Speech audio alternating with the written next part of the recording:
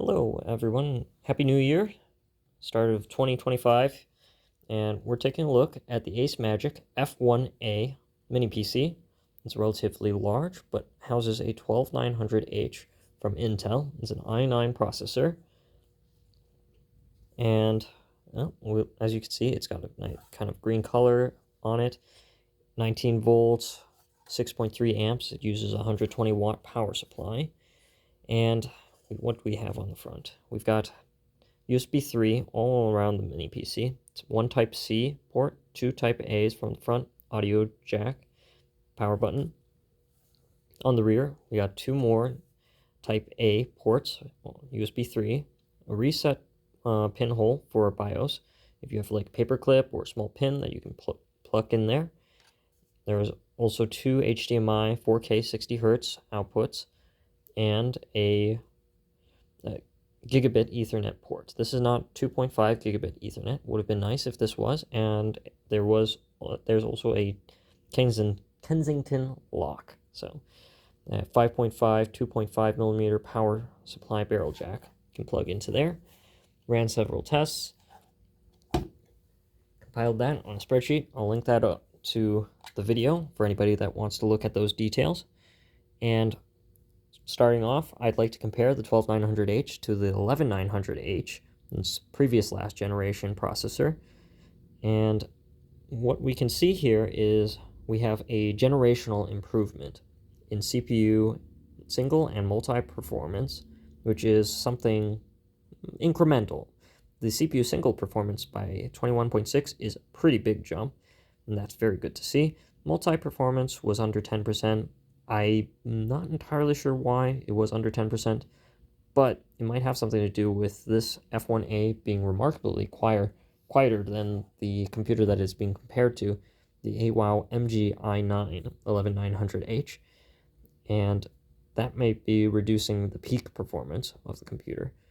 Combined performance score was significantly better, 251.4%, and this is any test that was just comparing like GPU, CPU, RAM, and SSD performance all grouped together. So overall, if you're looking at an 11th gen processor and you're considering buying 12th gen, there is the potential of pretty significant gains, especially if you're going from Intel UHD graphics to Iris Xe graphics. And that's where the GPU performance increase, going from Intel UHD 32EU iGPU to Iris Xe with 96 EU. The EU stands for execution units. There is a very large performance increase of almost 300%.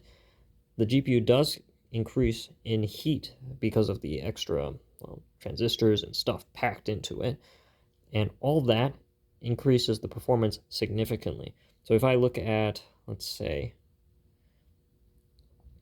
there we go, Steel Nomad Lite, we can see a almost doubling, more than doubling, the performance from the last generation to the next generation. So 11900H versus 12900H, there's a very big difference if you are trying to run games, for example, or anything that might be GPU heavy. It's very good to consider an upgrade.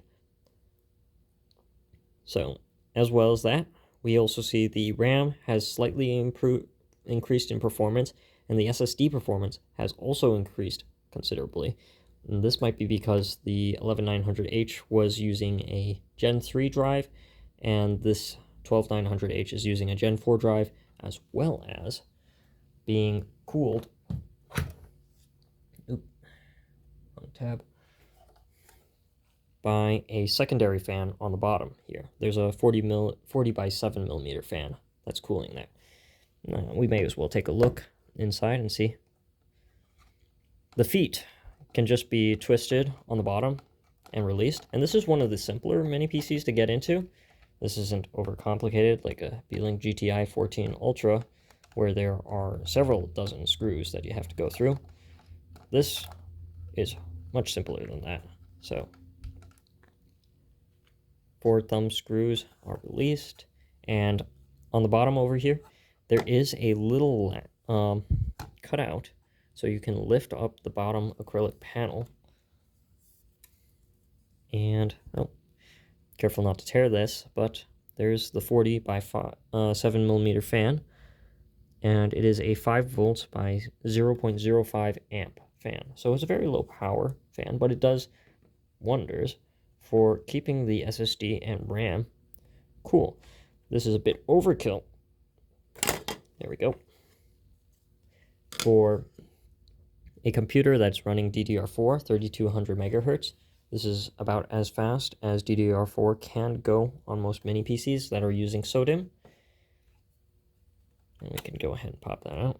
If anybody needs to take a look at this, this was shown in the unboxing video earlier, but may as well show it again. It is a brand of RAM that I'm not very familiar with, but it is running at the appropriate voltage and specs and was functional. So there we go. Dual-sided DIMMs. And here's the drive. And curiously enough, I found that with these mini PCs that are using a much stronger iGPU, the performance of the CPU does kind of drop a little bit. Here we go. Gen 4 drive. That's all well and good to see. Active cooling is important for Gen 4 drives because they are warmer than Gen 3. And as I was saying about the iGPU performance, when we're increasing the iGPU performance of the mini PC, and it's probably easier to see it in Steel or in the other 3D Mark tests, which are iGPU focused. You can see the GPU and overall score is significantly better, but the CPU score only improves somewhat, a little bit. And even in the Firestrike test, this is DX11, we can see that the 12900H, the CPU performance scores just a little bit lower, 3.8% less. And that is due to a lot more of the heat being dedicated to the iGPU. I mean, overall, the entire score itself is increasing by 358.8%. So if you are playing a game, yes, the CPU performance decreases a little bit because of the heat, but a lot of that energy is going to the iGPU, and that's overall increasing FPS in games. That's the important thing. So, all good things to see. Acemagic have reasonably tuned their 12900H so that it doesn't create a lot of noise. And it's probably a good thing to see how in the world are they cooling the 12900H. The noise level is audible. It's definitely still audible, but it's not annoying. It's not very loud. It doesn't sound like a jet engine. I'd say it's something that I want to see more of in mini PCs, and was a very good trend from 2024. That's to see a lot of mini PC manufacturers developing new mini PCs for 2024 that they're prioritizing less noise. This is just an entire plastic cover, and this is an interesting disappointment for myself. But as you can see, there's only a single M.2 storage slot here. There is room on this PCB and for this plastic cover slot for a second M.2 drive, and this is probably meant for a different model of mini PC, but not the F1A, unfortunately. So you only get that single storage drive. It would be nice to be able to expand that storage. And it's a trend that most mini PCs do have that secondary storage. Now, this wireless card, I don't know what its brand is, but it's a CD Tech. I would assume that it's from some sort of AMD Realtek kind of wireless card. I didn't have any particular issues with it. Set up Windows, everything was ready to go out of the box. I ran several malware tests just to be certain, as well as Defender security, full scan and everything, Malwarebytes, and good grief, I even tried McAfee of all things. Everything reported as clean. I didn't see any issues with it. This is a newer model of Acemagic Mini PC, and it appears that they are making these clean. And I feel a bit silly about this, but there aren't any more screws holding this down. Those 4 screws that I removed for the plastic cover are also holding down the PCB. So, let's see what's a nice place to hold this from. I'm going to pick the M.2 port. And, no, it is loose, but I want to take out the wireless card first. Let's see. Plastic stick. Always good to have a plastic stick. And this is to remove this little piece of acrylic stopper here on top of the antennas so that I can release the antennas and remove the wireless card. So I would like to see a little bit less adhesives being used. As you can see, that does not leave a very clean removal. What some other manufacturers might do is they put black glue all over there, and it's a nasty business. I don't enjoy that, so I would prefer the little acrylic sticker thing over that. But even better than that would be I don't have one here, but a little plastic piece that screws in on top of the M.2 screw and holds down the entire plate. That way you don't even need adhesive. It all just holds itself down together. All right. Don't hurt your nails by trying to remove the IPEX connector if you can help it. He says as he tries to use the plastic thing to pop it off. Maybe that's not the best way of doing this. Let's go ahead and release the screw. All right, what else can I talk about? Ah, yes, Intel and their iGPU. I think that's perhaps one of their biggest improvements after getting a fire lit underneath their bums by AMD. AMD released Vega 8 graphics around the time Ryzen 4000, when Intel was releasing their 10th gen processors. So for a while, up until some 11th gen processors, Intel was a bit behind AMD for their iGPU performance, and this put them at a considerable disadvantage because a lot of people like to play The Sims 4 and other very light games, emulation on their mini PCs, and you don't need a very powerful GPU to do that, but you need a somewhat powerful iGPU to keep up with these games and play them at 720p or 1080p, depending on your preference. Okay. I'm going to flex this case a little bit and release. Come on. I'm sticking my finger into the USB port, trying to yank this thing out. It is. Ah, there we go. Just pull up on the standoff. Okay, I should have led with that. So this goes down, pull up on the standoff. Okay, noted. Lesson learned. If you're trying to release this mainboard, pull up on the standoff. Don't lift from the M.2 port. And let's see if I can get this mainboard out. Very good.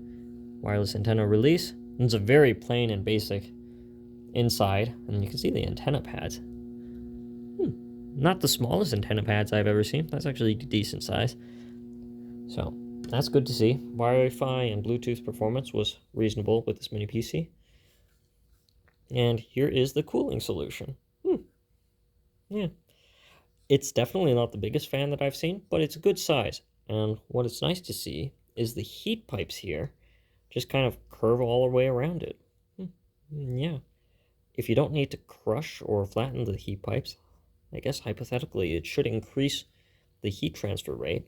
It is a bit longer and out there, but it's also got a heat spreader there. You can also see the CMOS battery wire is over here and wrapped in yellow electrical tape over there. And here's the fan connector. You can try and disassemble this fan, but we got 2 nice size heat pipes there and a very dense copper fin arrangement there. So this is how Acemagic are keeping their 12900H at least somewhat reasonably cool. It does thermal throttle at peaks, but they've tuned it just enough that the temperatures don't get too crazy. They stay around 90 degrees Celsius, which is about the limit that I would feel comfortable about leaving any processor running. And it doesn't make an enormous amount of noise. So they've tuned it very conservatively. And here's something interesting I was not expecting to find. There's a SATA connector here, as well as power. But there's no extra cable to actually use this when powering a 2.5-inch drive. That's a very weird decision. But it kind of makes sense. This slot here might actually fit a 2.5-inch drive somehow. Hang on. Do I have a spare 2.5 somewhere? Yes, I do. Alright. So, this is a 2.5-inch hard drive disk, very similar to an SSD. Hypothetically, yeah, there's just enough space here that if someone really wanted to, they could fit their 2.5-inch drive over here. It just lacks the connector, cable, and mount, really. That's an interesting decision. Had Acemagic actually included a cable with this and mount, whoop, shake to everything, that would be good value for anybody who's trying to just upgrade their computer and expand their storage. Now, this is a 1 terabyte SSD, which can hold a decent amount, but we're getting to an age where there are 4 terabytes and even 8 terabyte SSDs out there. And I'm sure there's a lot of people that would like to use that kind of hardware. Interesting choice. This is from Acemagic. The fan itself seems to work well. Doesn't make an enormous amount of noise, so that's at least a good sign.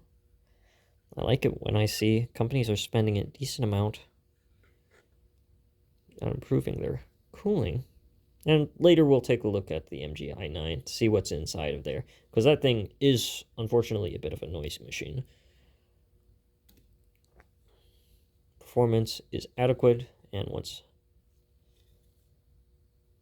see. Ooh, interesting. So that'll give you the fan information for anybody who's curious what's inside of this machine. It's using a LD. It's a 90 by 15 millimeter fan.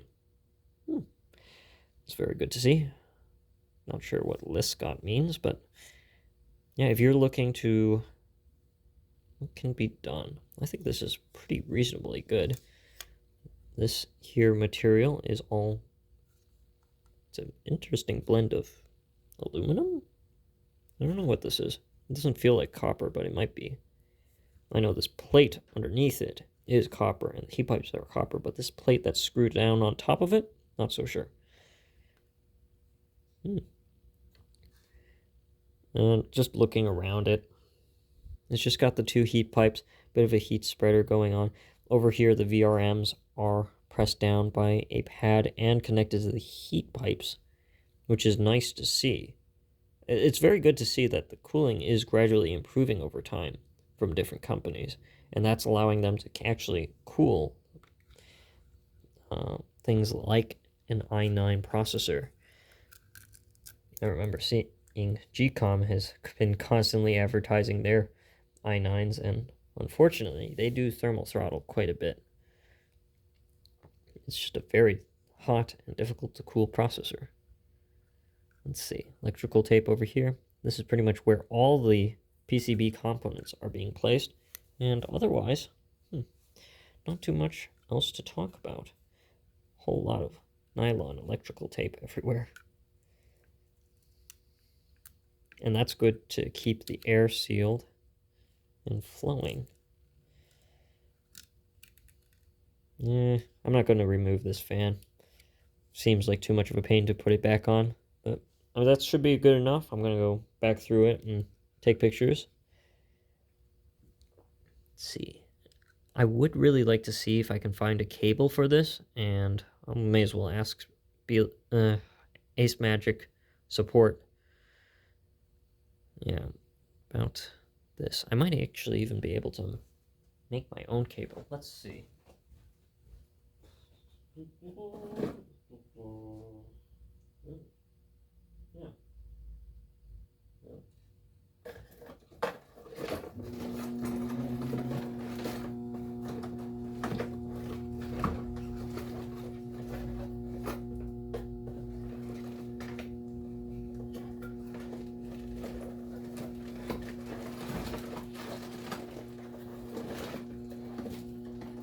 Yeah. I knew I had some spare cables. Okay, so let's see. This is a SATA power cable. And this is a 2.5-inch drive, so I don't need the yellow cable. That's moot. I need the two black grounds to connect to whatever pin I hear is ground, and this red wire is for 5 volts. And then I need a SATA cable connector. That's the power. SATA data.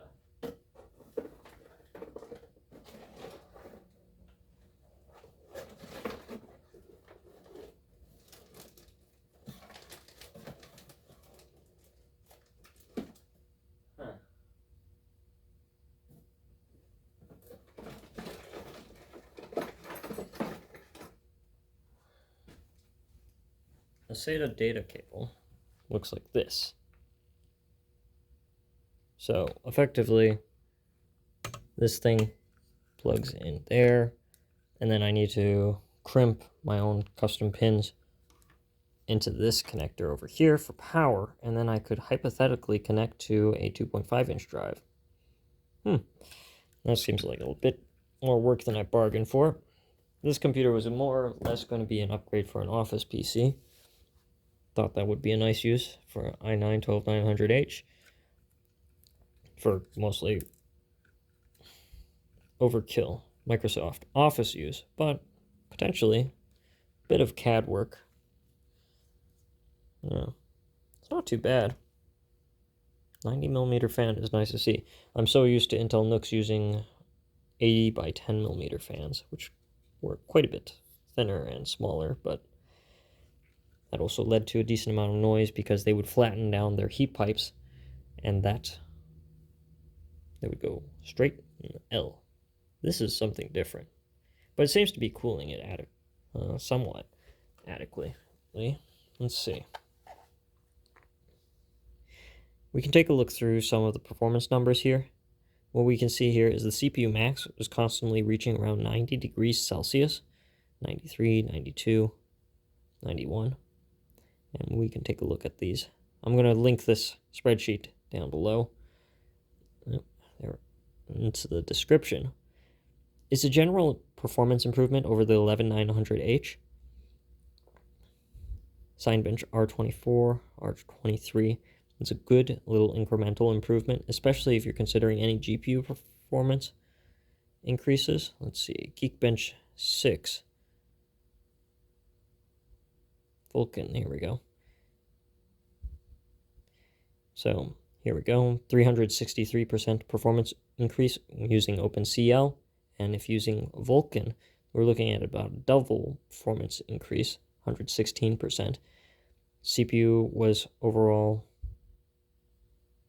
a little bit cooler. This should be red.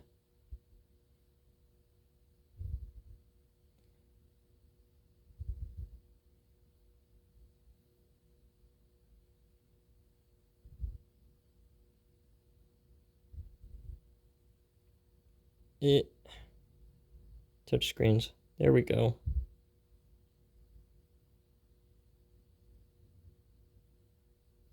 Yeah, I'll have to go through incorrect and make sure that is showing.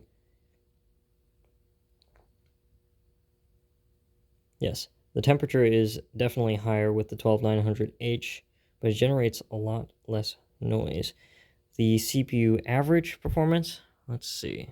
Yeah, that's interestingly, it was much lower compared to the 11900H.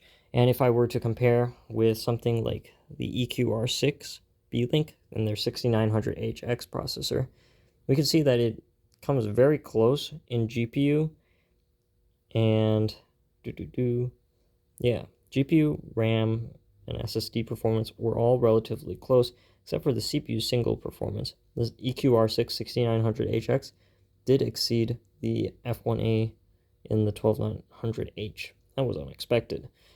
But it kind of shows how, if you're considering looking at a AMD processor and mini PC where it is power limited, you can lose a considerable amount of performance, where the 6900HX should be leading the 12900H considerably in GPU performance.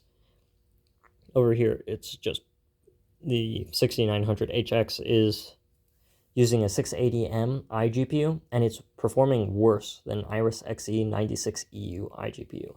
That's pretty bad, unfortunately. And the RAM, despite it being DDR5, 5600 MHz downclocked to 4800 MHz due to the 6900HX limit, it's not remarkably better than DDR4 3200 MHz. It is underneath 10%. So that's just something interesting to keep in mind, that if you're looking between DDR4 and DDR5, the difference isn't huge. It is definitely there. And if we compare to the Beelink Surge 6 with a 6900HX, we can see that the GPU performance of a 680M is about 41.3% better than the 12900H. That's pretty good. So this is where AMD is still a bit of a performance king if you want that computer to run very ultralight games or low specs. The 12900H isn't that far much behind, but there is definitely a difference there. Combined performance, CPU single is still consistent with the EQR6, but the difference is weirdly smaller. And there isn't too much that I can point out other than, let's see, well, the 6900HX was running generally a little warmer than 12900H. That's weird. But yeah, if you were looking at particularly 11th gen, let's go all the way up to the top. If you're looking at 11th gen and you have a 11th gen computer and you're looking for an upgrade, 12th gen is a potential upgrade just for iGPU performance. You might even want to consider the newer 14th gen, or no, they call it Intel Series 2. That's something interesting that I want to take a look into, but still has been released in only very limited numbers. But 12th gen versus 11th gen, very good performance increase, especially in the iGPU, incremental increase in the CPU performance. Yeah, blah, blah, blah, blah. I talk so much. Alrighty. Thank you very much for listening to my ramble, and I wish you all a wonderful day.